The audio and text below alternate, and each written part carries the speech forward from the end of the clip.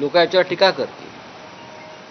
2029ला one nation one निवडणूक election जो काही त्यांचा फंडा आहे, त्यावेळेला नरेंद्र मोदी प्रधानमंत्री असतील का, ही माझ्या मनात कायम शंका आहे.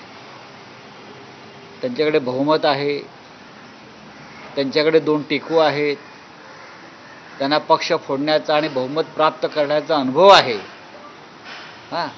तरी माझा हा प्रश्न आहे, ज्यांनी देशाच्या संविधानावर आणि देशाच्या संघराज्य व्यवस्थेवर अशा प्रकारे हल्ला केलेला आहे, इतिहासानं त्यांना माफ केलं नाही आणि पुढे जाऊन जी नवी योजना किंवा रचना ते आणायचा प्रयत्न करत होते, ती पुढे नेण्यात ते राजकारणात राहिले नाहीत.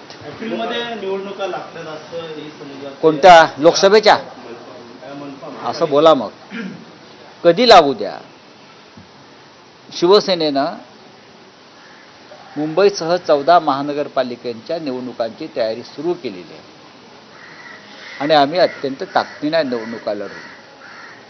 3 वर्ष या निवडणुका रखडवून ठेवल्या, 3-3.5 वर्ष. मुंबईसारख्या शहराला लोकनियुक्त सरकार म्हणजे महापालिका दिली नाही, महापौर दिला नाही. का? तर त्यांना हरण्याची भीती होती. विधानसभा निवडणुकीमध्ये वाममार्गानं आम्ही विजय प्राप्त करू शकतो याची खात्री पटल्यावर ते आता महानगरपालिकेची निवडणूक घेण्याच्या तयारीत आहेत. पण तुम्ही घ्या, आमचे कार्यकर्ते, आमचा मतदार